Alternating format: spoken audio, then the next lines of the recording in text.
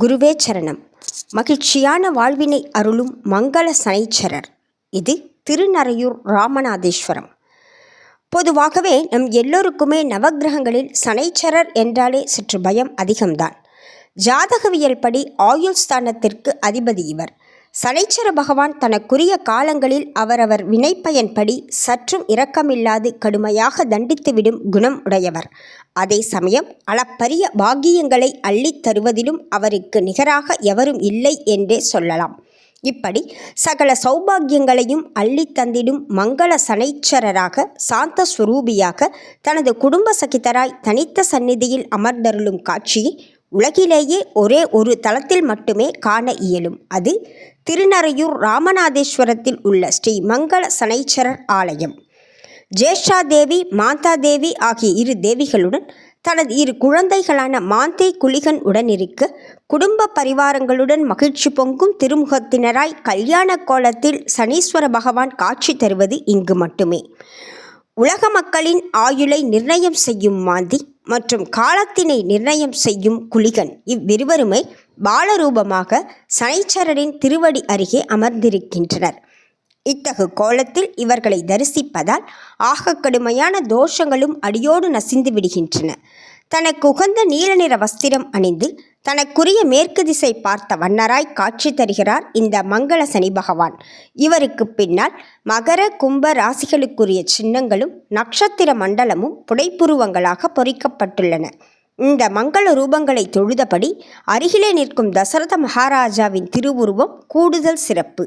நெடுநாட்கள் சத்புத்திர பாக்கியம் இன்றி வருந்திய தசரதர் தமது குலகுருவான வசிஷ்ட முனிவர் ஆக்ஞையின்படி பல தலங்களில் சிவபூஜை செய்து வந்தார். அவருக்கு குடும்ப சகிதராய் மங்கள ரூபத்துடன் சனி பகவான் காட்சியளித்தது சித்தீஸ்வரமாகிய திருநறையூர் திருத்தலத்தில். கல்யாண கோலத்தில் சனி பகவானை கண்டு மகிழ்ந்த தசரதர் அங்கேயே சோத்திரம் ஒன்றை செய்து வணங்கினார்.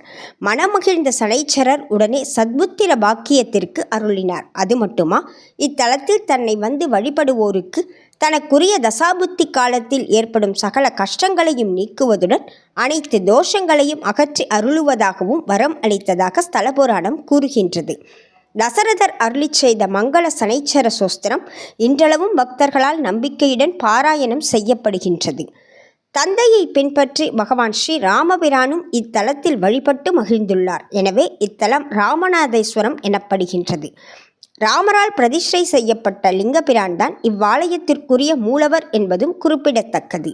அதே போல நவக்கிரகங்களில் சூரிய பகவான் உஷா பிரத்யுக்ஷா தேவியருடன் காட்சி தருவது இத்தலத்தில் மட்டுமே.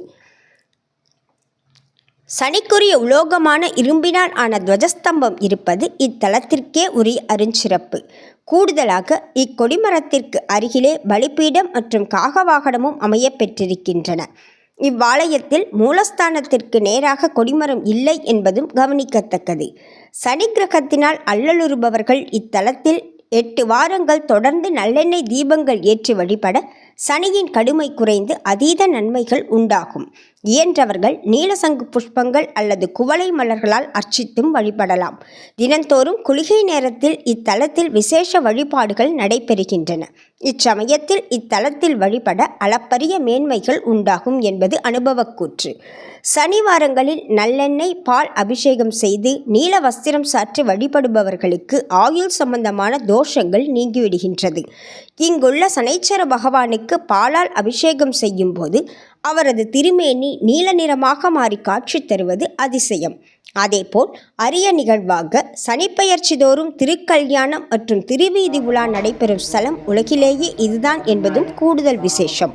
வேறெங்கும் காண இயலாத அரிய காட்சி தரும் குடும்ப சகிதரான மங்கள சனைச்சர பகவானை தரிசித்து பலன் அடையலாமே. குருவே சரணம்.